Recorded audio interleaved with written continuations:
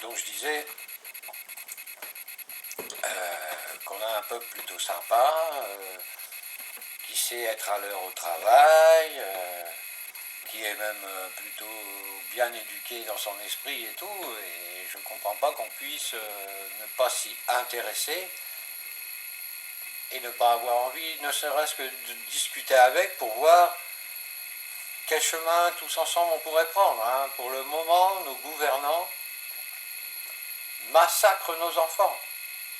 Parce que, je ne vais pas le dire 50 fois, mais 90% de la marijuana qui traîne dans nos rues, du hashish qui traîne dans nos rues, n'a rien à voir avec ce qu'on entend et avec ce que peut être la plante, à la base.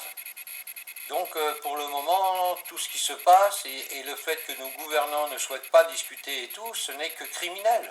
Parce que moi, j'ai pas trop d'enfants dans la rue, mais mes voisins ont des enfants. Tout le monde a des enfants autour de moi. Moi, un enfant reste un enfant. Normalement, demain, c'est aussi notre bonus pour aller mieux.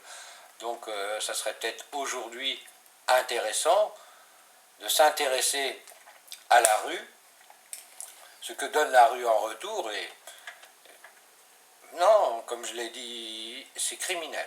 Et puisque nos gouvernants ne peuvent pas fermer le robinet, et ça s'est prouvé depuis déjà tellement d'années que je ne vois pas comment on peut faire, le mieux c'est de discuter, d'établir des règles, comme en Hollande. En Hollande, nous, les Hollandais,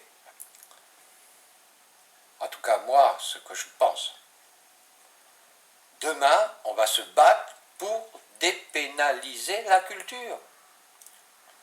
Puisque depuis 30 ans, tout ça était illégal aux Pays-Bas. C'est ça qui a gâché la fête et qui a ramené une criminalité dont les Pays-Bas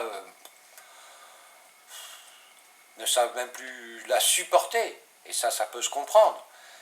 Donc, demain, les Hollandais se battront pour dépénaliser la culture pour que quand j'irai acheter un peu de marijuana, il sera spécifié qu'elle vient de telle race, qu'il y a autant de THC, autant de CBD, deux substances qui sont qui prennent énormément d'importance dans la marijuana, puisque une va vous réveiller et une va vous endormir. Alors au moins quand j'achète de la marijuana, que je sache, si ce soir j'ai envie de m'amuser, je vais privilégier une marijuana qui me donne envie d'être là. Et pas une qui me laisse dans le fauteuil avec la bave qui coule en faisant des peace and love alors que les autres souhaitent s'amuser. C'est là qu'est la réalité. 80% des reportages que je peux constater à la télévision française, par exemple, sur Antenne 2, TF1 et toute la ribambelle de menteurs et de... Je vois des petits jeunes en France qui sont en train de faire des pétards avec du hashish. On se demande pourquoi c'est là. Hein. Moi, je peux vous assurer que si demain, les journalistes qui soi-disant ont des avis et tout ça et tout, prenaient un petit peu de ce hashish et l'emmenaient dans un laboratoire indépendant, on pourrait très bien les porter plainte contre nos gouvernants pour non-assistance à personne en danger. Encore une fois, nos gouvernants, quels qu'ils soient, dans quelque société que ce soit, n'ont pas de solution pour fermer ce robinet.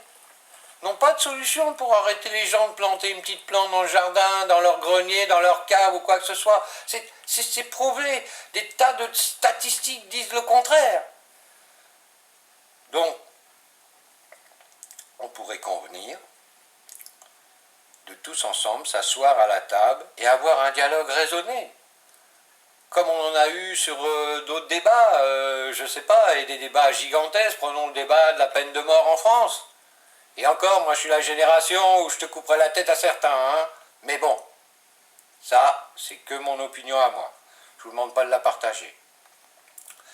Mais bon, moi, un dealer qui vendrait de la merde à mon fils ou à ma fille, c'est à coup de batte de baseball que je vais l'attendre. Hein. Comme ça, je suis tranquille. Hein. Il ira passer 6 mois à l'hôpital. Pendant 6 mois, il ne traînera pas dans les rues à vendre une merde qui est en train de tuer le cerveau de ma fille ou de mon fils.